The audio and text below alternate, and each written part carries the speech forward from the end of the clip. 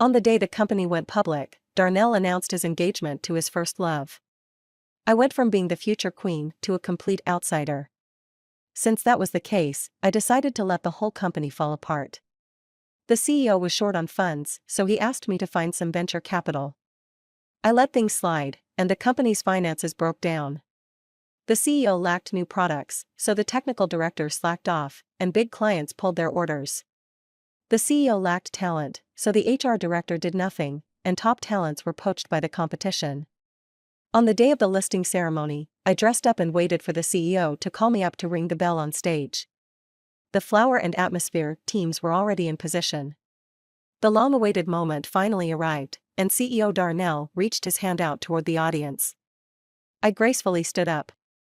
But instead of calling my name, Darnell called out the name of another woman. I froze in place. Who is she? I'm embarrassed for her. She's so pretty, yet so shameless. She clearly wasn't called, and yet she acts like she was. It's her. I heard she's just a secretary, but she acts like she's the boss's wife.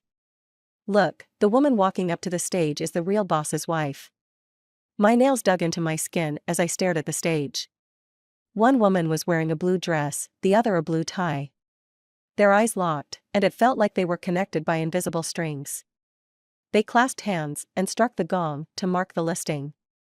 The assistant tugged at my dress, and I slowly sat down. Darnell gave a subtle look to the atmosphere team, who hesitated, then, under the pressure, pulled the ribbon.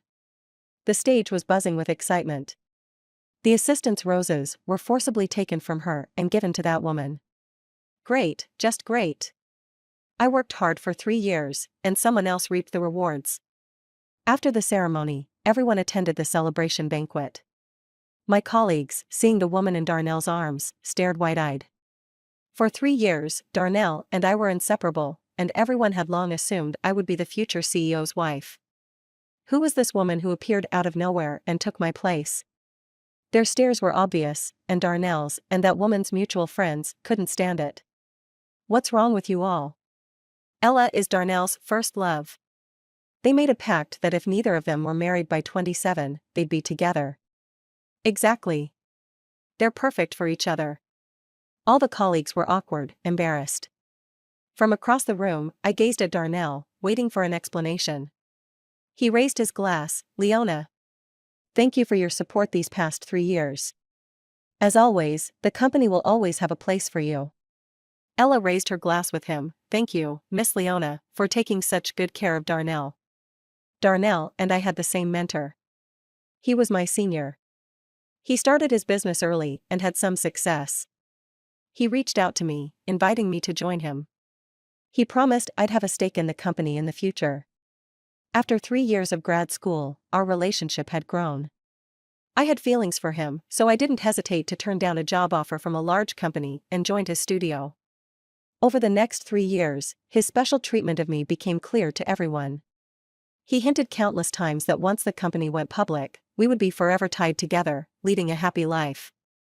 I had underestimated the power of first love. When the person's gone, the money still matters. I raised my glass. No need for formalities. Why don't we discuss the new contract? The company's been listed, and the promises made should be in writing now. Let's not talk business today. Come to my office tomorrow. After 3 years of working together, Darnell's methods always amazed me, including this one. He only gave me 1% of the shares. I treated the company like it was my own, negotiating hard for investment just to retain the management rights and a larger stake. All that effort, and yet, I got nothing in return. I stood up slowly, a bright smile on my face. Are you sure? Of course. The company will grow, and this 1% is not insignificant. Before even becoming a renowned capitalist, he had mastered the art of exploitation. Fine, I'll slack off now. Let Darnell see just who's truly indispensable to the company. I didn't sign the contract, saying I needed to think it over. Darnell didn't mind.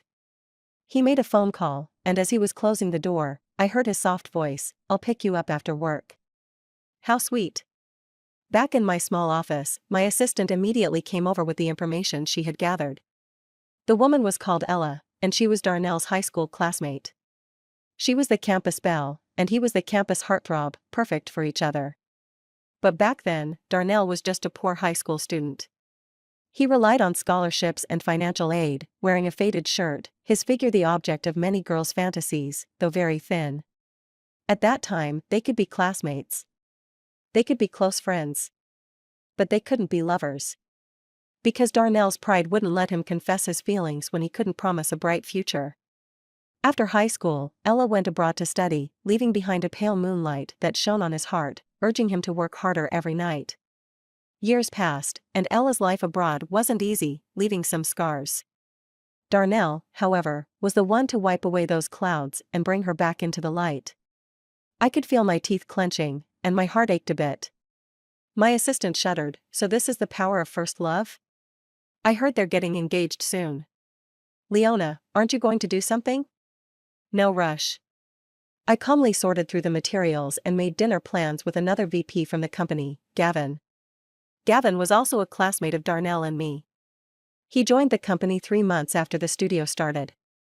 He didn't do grad school and went straight to work. At his peak, he made $800,000 a year. He was one of the most successful from our year. But as he began to rise, he caught the eye of older employees. After several rounds of battles, he unknowingly stepped into a trap set by them, costing the company millions.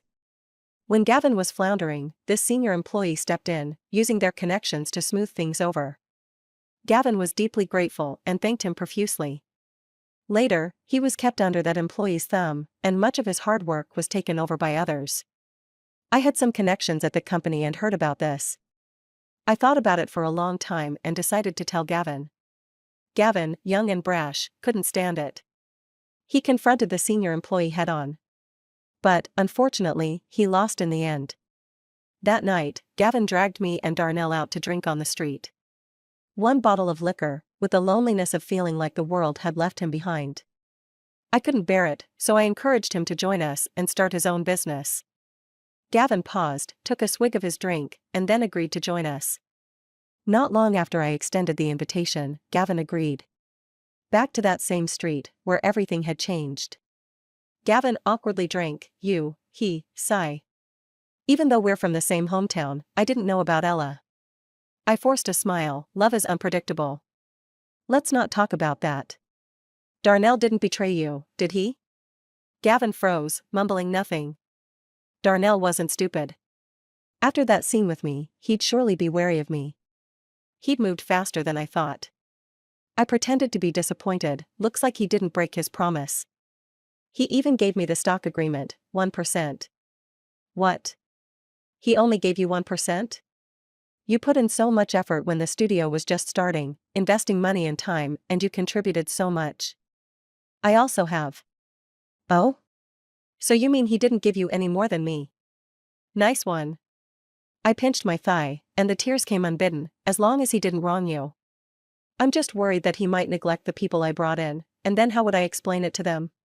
Gavin was choked up, feeling bad for me. I had a good relationship with him, but in life, relationships alone don't cut it. Even if he chose not to side with me for the sake of his own interests, I could understand. It was likely that others, not involved with me, had benefited in some way. Darnell had become harder to deal with.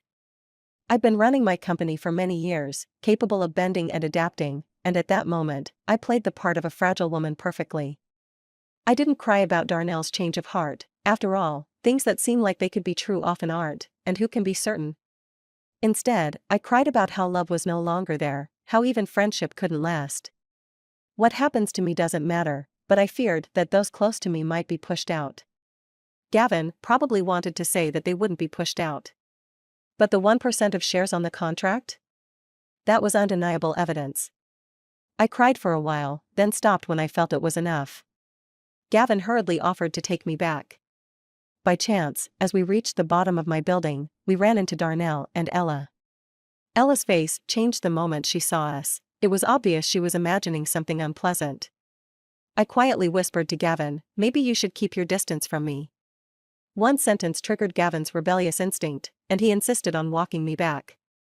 Just before the elevator doors closed, I saw Ella seem to say something to Darnell. Interesting.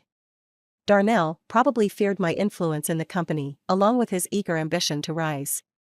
Despite his usual reluctance to be in the spotlight, Darnell cooperated with Ella to publicly promote their romance online, finally meeting my first love. Those days, I couldn't figure out why, but everywhere I turned, people were talking about the impact of first loves. The first love's tear, and the current lover loses. I still can't forget her. Just one smile from her, and I'd give my life. It was everywhere on short video apps. My assistant looked at me with pity. Leona, do you think TK is monitoring us? Does he know we're losing to his first love? I quietly swiped on my phone, and big data pushed this. Hashtag I finally got my first love. The photo was of Darnell and Ella. They wore oversized school uniforms, looking like a poster for an idol drama, paired with a video of them running together and a narrative. She's the moon in the sky, a light beyond reach. I chased 99 steps, but lost to time and distance. I once thought I had no hope, but in the end, we met again. The two gazed at each other from across a crowd. I felt a mix of pain, anger, and disgust, and I slammed my phone down, then picked it up again. No, I had to see how far they would go with this. Next came Darnell's struggle to get closer to his first love, paired with the perfect background music, creating a tragic yet beautiful love story. Finally, they announced their engagement. They received everyone's blessings. My assistant watched me nervously, afraid I might explode. I sneered, realizing that the disgust I felt was more overwhelming than any sadness. Of course, I wasn't about to torture myself. The company had just gone public, and they weren't afraid of the truth being revealed and backfiring on them. My assistant analyzed, they probably want to make the first move, binding themselves together to completely push you out. Thinking it over, it did make sense. I made a mental note to get my revenge, sooner or later. As I expected, people close to me were being ostracized in the company. The atmosphere grew more tense by the day. Those who were on my side gathered in my office and asked what we should do. Without a second thought, I called for the new game console I had just bought. Stop working, let's play a few rounds. You're not worried at all? Worried? What's the point? Right. As we started the game, we talked. From them, I learned that Darnell was ruthless. He actually had his subordinates take over their business dealings. To put it nicely, it's sharing the load, but who doesn't know what he's really up to? The person taking over was someone I personally mentored. Luckily, I kept a backup plan, or I'd be out now. I smiled gently. Exactly, we've got our own cards to play. For now, let's just enjoy the show. We exchanged glances, silently agreeing to continue. Our subordinates came in to report, but we weren't paying attention, no signatures, no cooperation. Let's see what they'll do. Darnell wasn't angry at all. He encouraged us to enjoy the game, trying to take more power from us. Go ahead. We wouldn't hit bottom anytime soon. So, while others in the company worked late into the night, we clocked out on time. They held serious meetings, while we sipped afternoon tea. They argued endlessly over new products, while we sent each other funny video links. When the mood struck, we shared them in the company group chat, inviting others to watch. Before, I never wanted to abuse my position, but now that I had nothing to lose, I wasn't afraid. Darnell's forehead was covered in veins, and he asked me with frustration, "What's your attitude about this?" I paused my phone. What? Isn't this project mine to handle? If you want to yell at someone, it shouldn't be me, right? Darnell froze, and the entire meeting room fell silent. It wasn't because I was being unreasonable, but because I used to be extremely responsible. Almost every new product I would personally follow up on. I would repeatedly check if updates were necessary and control their frequency. If I didn't understand something, I'd pull all-nighters to figure it out. If Darnell didn't like a new product, I'd take the heat, bearing the responsibility alone. I was often scolded, but would still hear, "You're so amazing." Now? Not my problem. Darnell was stuck, and vented his anger on others. The people who got scolded looked at me with more heat in their eyes. Sure enough, not long after the meeting ended, the heads of several departments came knocking, asking for help with their projects. I was busy getting my nails done by my assistant and waved at them. No, it's your time to handle it, you should be more independent. But we don't understand Darnell like you do. I raised an eyebrow. You've got it wrong. The one who knows Darnell best is probably Miss Ella. Why don't you go ask her? They all looked defeated. Who didn't know that Darnell was underhanded? Back when he was flirting with me, now the company went public, and not only was I no longer the CEO's wife, but I didn't even have any shares. Even my title as vice president wasn't legitimate. They left in shame. My assistant spat, "They never understood your worth." Now? It's too late. I shrugged. They're still too inexperienced. What's Darnell? The market is what matters most. Every year, I lead a team to do market research. After all these years, how could they not know that the market is everything? They just didn't have the courage to confront Darnell, especially now. With my wide network, I soon heard that someone had gone to ask Ella. But she was an outsider and picked the worst proposal. The person could only swallow the bitter result in silence.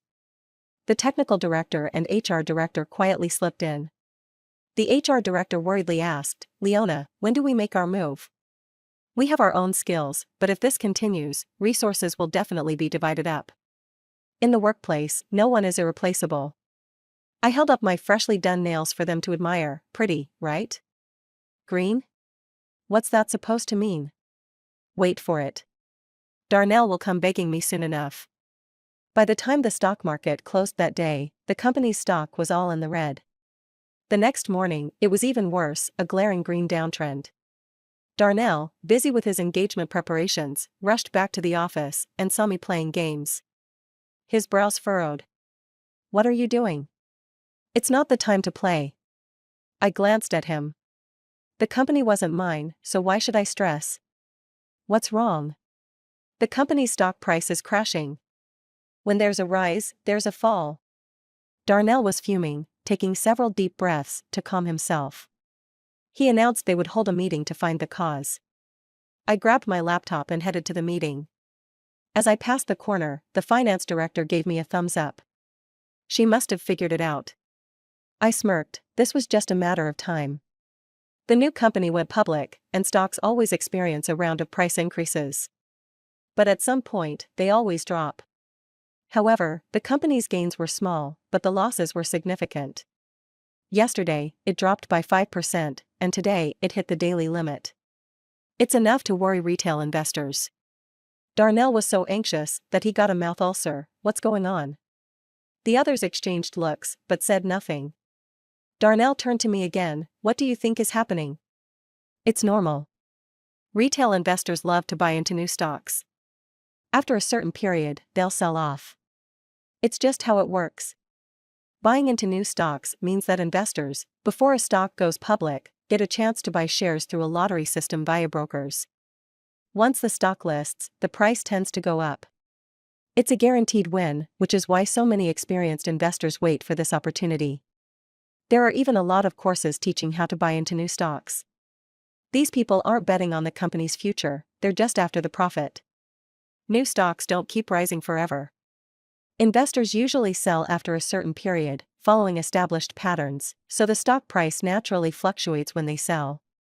Is that really it? Darnell didn't believe me. I shrugged and didn't respond.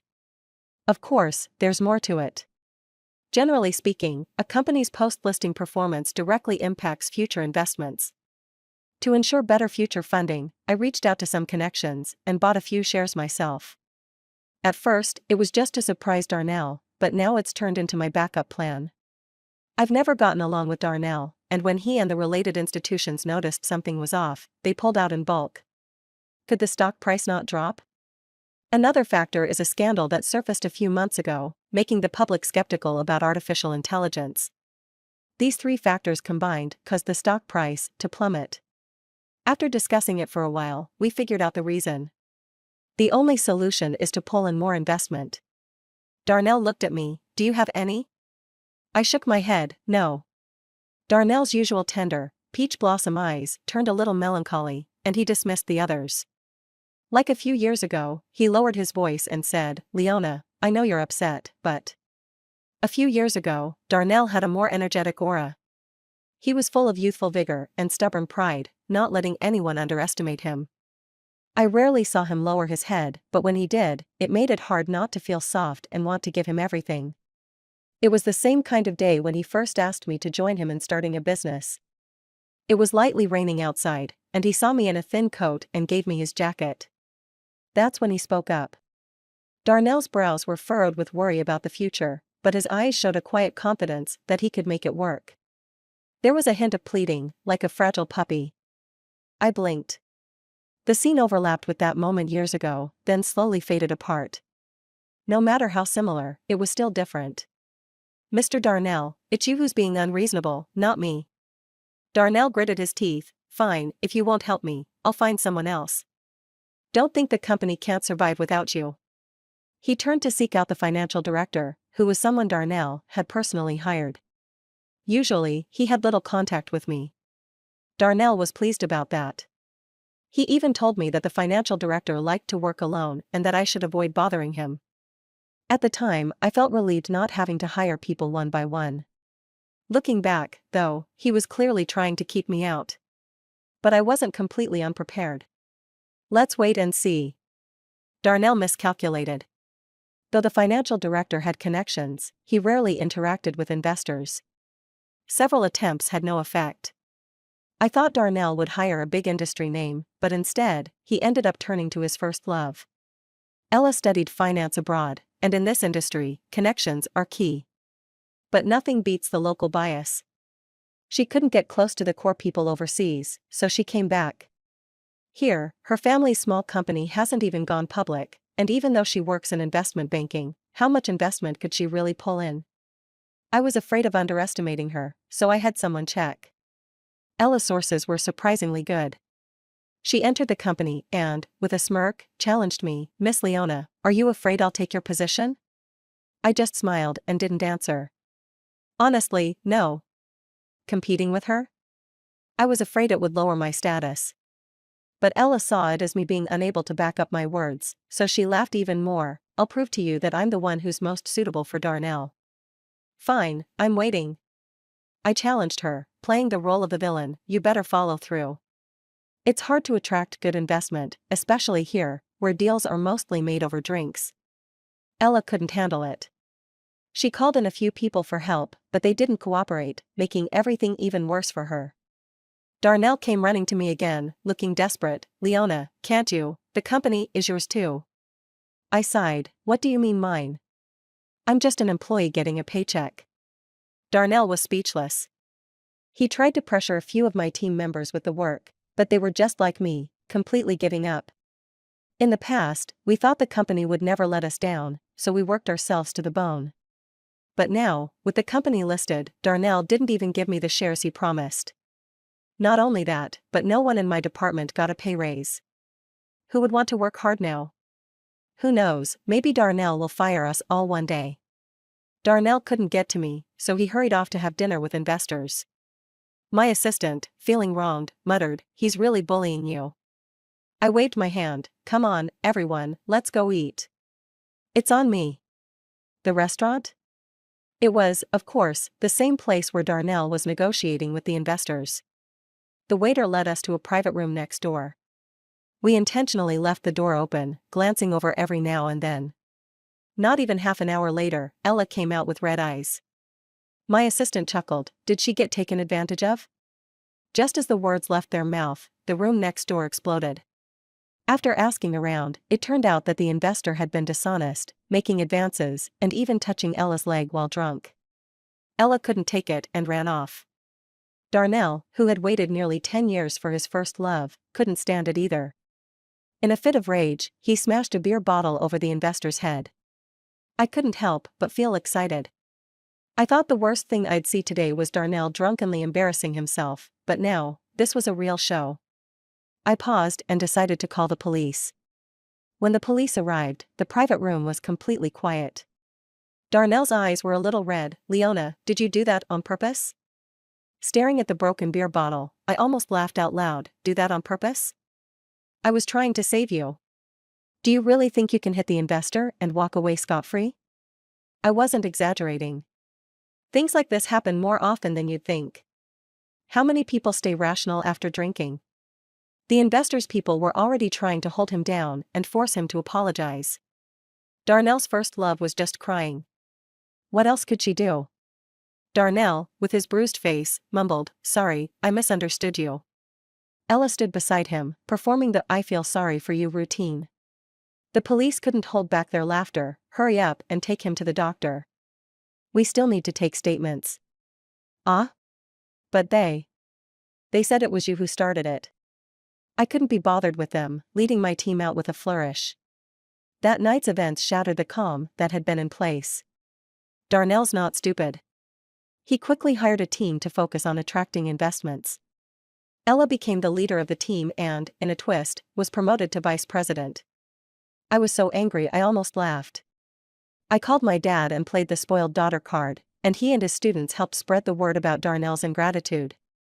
When the news broke that he had been taken away by the police for hitting someone, the stock price took another plunge. It was another meeting. Ella's eyes were filled with resentment. "Did you spread that news?" Before I could say anything, my assistant sneered, "Who needs us to promote it? Who doesn't have a phone these days? They just snap a picture and upload it." Darnell looked at me, disappointment in his eyes. "Leona, how did you become like this? Can't you understand? It was a passerby who uploaded it. They didn't know you at all. If you hadn't been so eager to market The Last Love, there wouldn't be so many pictures of you two online. Who wouldn't recognize you now?" The stock price was already in a volatile period. "Couldn't you just hold off for a bit?" Darnell had no argument and fell silent again. Ella looked at me with even more hatred. It was her own fault. I had originally planned to suggest they hire a PR team to clear up the reason for his police station visit. But seeing them like this, I decided against it. I kept rallying people to play games, enjoying myself, and basking in the bliss of doing nothing. Ella wasn't entirely useless. She found an investor. But the investor wanted a 30% stake without participating in management. The shares that had been distributed earlier already accounted for 20%, the publicly listed shares another 20%, and now another 30%. Darnell was nearly being pushed out. Darnell was reluctant and asked if I had any solutions. "No," I glanced at Gavin, "if the shares keep getting diluted, you might as well just sell." Gavin's eyes flickered, and he cast a dissenting vote. Darnell didn't give him many shares to begin with, and if more went to the investor, Gavin's shares could be bought back. He wasn't willing to let that happen. With me as the unlucky first target, Gavin wasn't about to trust Darnell. Ella didn't believe me. "You must have a solution. Your parents have such a wide network." "Leona, I know I've been wrong, but feelings are hard to control. Before Darnell met me, he must have thought about being with you for the rest of his life." She was implying that I was Darnell's second choice. "Darnell?" I leaned back. "You're right, I do have a solution." The three of them looked at me, their eyes bright. Ella was happy but also worried. "I can give you anything, except..." Her gaze drifted toward Darnell. "Please. I'm not that hung up on him. My condition is 20% of the shares. Once I get what I'm owed, I'll work hard." Darnell and Ella were reluctant.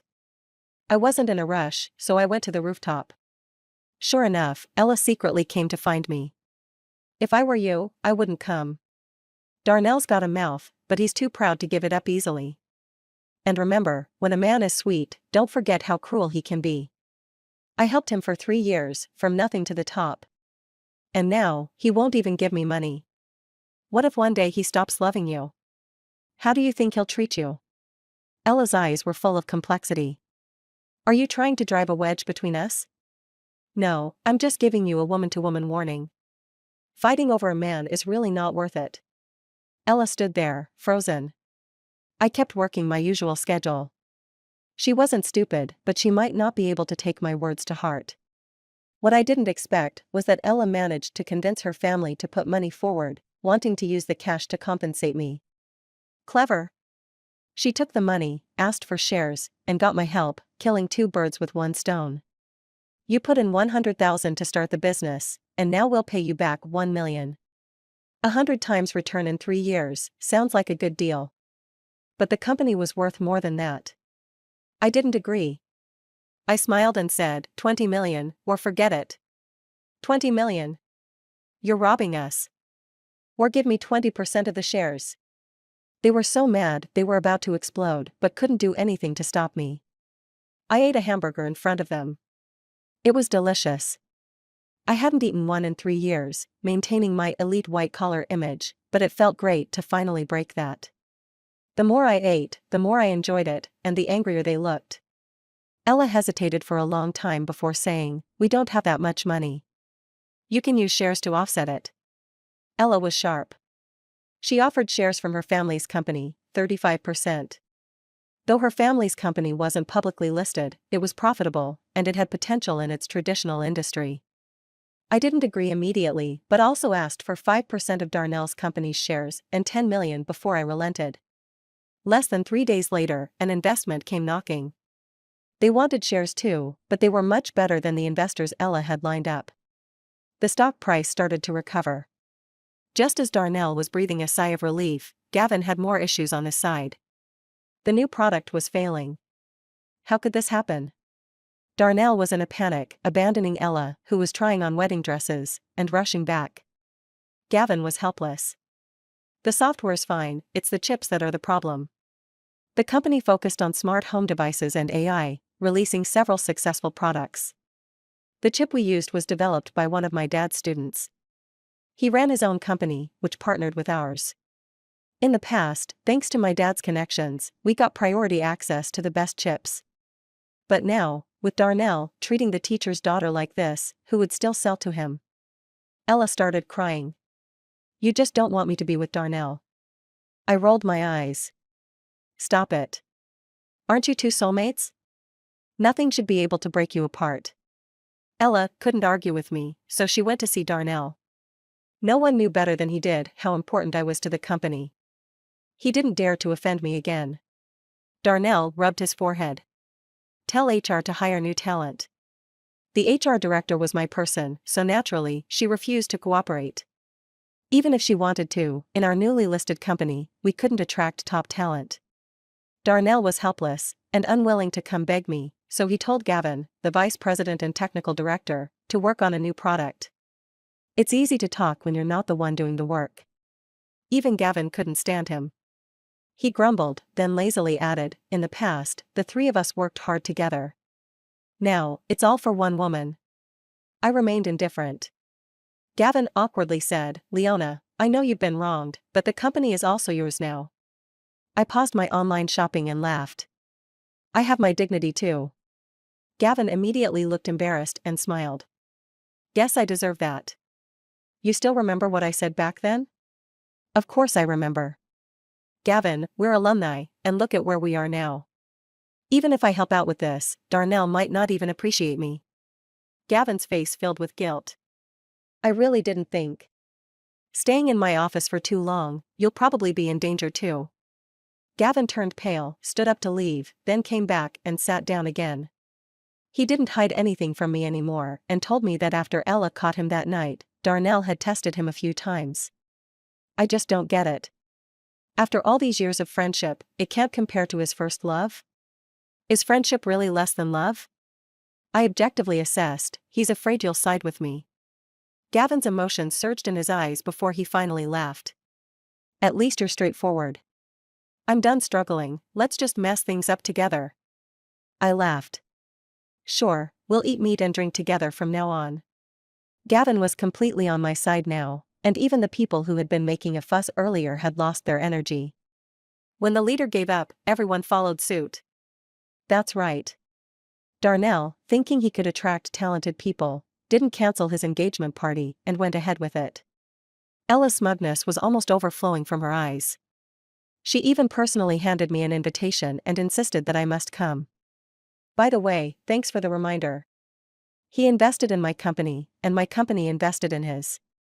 We're completely tied together now. Congratulations." Ella punched the air in frustration and left. I took the CFO, Megan, with me to meet my brother. We had different surnames, one took Dad's, the other took Mom's, and we didn't even go to the same elementary school. Most people wouldn't even know we were related. My brother works in finance, leveraging Mom's connections and doing really well. As soon as we walked in, Megan went up and kissed my brother. It's no wonder Darnell has a sharp eye for talent. He's built his business at the right time and hired great people. Megan, his CFO, not only went to a prestigious school, but also has a boyfriend in finance. Darnell must have been attracted to Megan's background when he hired her. The thing is, he didn't know Megan's boyfriend was my brother. My brother, wanting to test him, had Megan hide her connection to me. But it turns out, Darnell didn't live up to expectations. My brother wrapped his arm around his girlfriend's waist and said, "Your taste is terrible. Yeah, he's using your sister as a stepping stone. You should teach him a lesson." "Fine. I'll give you money. You take him down yourself." I happily agreed. The launch of the new product hit a snag, and Darnell was getting more and more anxious. A few days later, rumors spread that Darnell wasn't really focused on running the business. When the walls fall, everyone pushes. We had made a lot of enemies in the business world. Someone, no one knew who, leaked photos of me and Darnell looking very close. People, always eager for gossip, dug up our relationship and it exploded online. She gave him the wrong signals, got him to give her connections, and then kicked him to the curb when the company went public. First loves are ruthless, they know how to take all the credit. Things escalated. Someone dug up the fact that the promised new products hadn't been released before the company went public, which led people to suspect something was wrong. Then there were anonymous leaks claiming Darnell and Ella couldn't stand me. But the company's success was largely thanks to me. The company started to look shaky, like it could fall apart any minute. The stock price plummeted again, and the engagement party had to be cancelled. Darnell's company, deeply tied to Chen's, was dragged down with him. Ella blamed Darnell for holding him back, and he wasn't having it. They argued fiercely. What was once love now turned into knives thrown at each other, with every hurtful word stabbing deep. I couldn't help but laugh. This was so satisfying. While the internet was ablaze, I was enjoying a peaceful life at home. Maybe the heavens thought I wasn't happy enough, so they sent someone to entertain me. Just as I was making tea, Darnell showed up, holding roses, standing in the blazing sun, begging me for mercy. "Leona, I was wrong, I was blind." I cut him off. "And then what? What are you going to do to make up for it?" Darnell was in disbelief. You too?" I found it amusing and clapped my hands. Several handsome men stepped out. "See, these are the kind of things you can only get with money. You said I'm all about money, but if you didn't have it, you wouldn't have dared approach your first love, right? Also, for these 3 years, let's say I've been humoring you. But now? You're tainted, and I'm done." Darnell's eyes turned red. "How can you insult me like this? It's your own doing." Darnell had no choice but to accept my conditions for buying the company. "Can't the price go up a little?" "No," I shrugged. "Didn't you say you don't care about money?" In the end, I bought the company at a ridiculously low price and turned the tables. Everyone congratulated me, but I felt a bit embarrassed since I had just used them for my own advantage. Thankfully, they didn't mind. Just after Darnell left, Ella came back. Her eyes were also red, and she accused me of tricking her. "You never wanted to let me off, did you? This was all your setup, wasn't it? My company is going bankrupt." She wasn't wrong. I had been planning this from the start. I knew the stock price would drop, so I had someone give Ella the idea to tie her company's shares to Darnell's. Then, I convinced my dad's student not to supply the chips. The new product was delayed, Gavin faced obstacles, and there was all that mistrust between them. In the end, everyone stopped working. I admitted it openly. Ella cried in anger. "Didn't you say, the new age woman? Stop. When you stole my man, I didn't do anything to you, did I? Men can be given to you, but not money." Ella, helpless, tried to sell her company to me. But I wasn't interested. 30% of the shares were enough. I'm not someone who takes just anything. Later on, the new product was re-released, and both companies went through a joint restructuring, bringing in new investments, and everything was revitalized. I gave bonuses to the key personnel in the company. The company made a profit, and everyone who qualified went on a company-paid trip. My partners talked about Darnell and Ella, how their reputations were ruined, and how nothing seemed to work for them. Once you go from humble beginnings to wealth, it's easy, but going back to poverty is hard. The money from selling their company wouldn't even last them a year. They couldn't find better people, so they had to settle, constantly fighting and disgusted with each other. After we enjoyed our schadenfreude, we raised our glasses and smiled at each other, for the future, for ourselves, to keep pushing forward.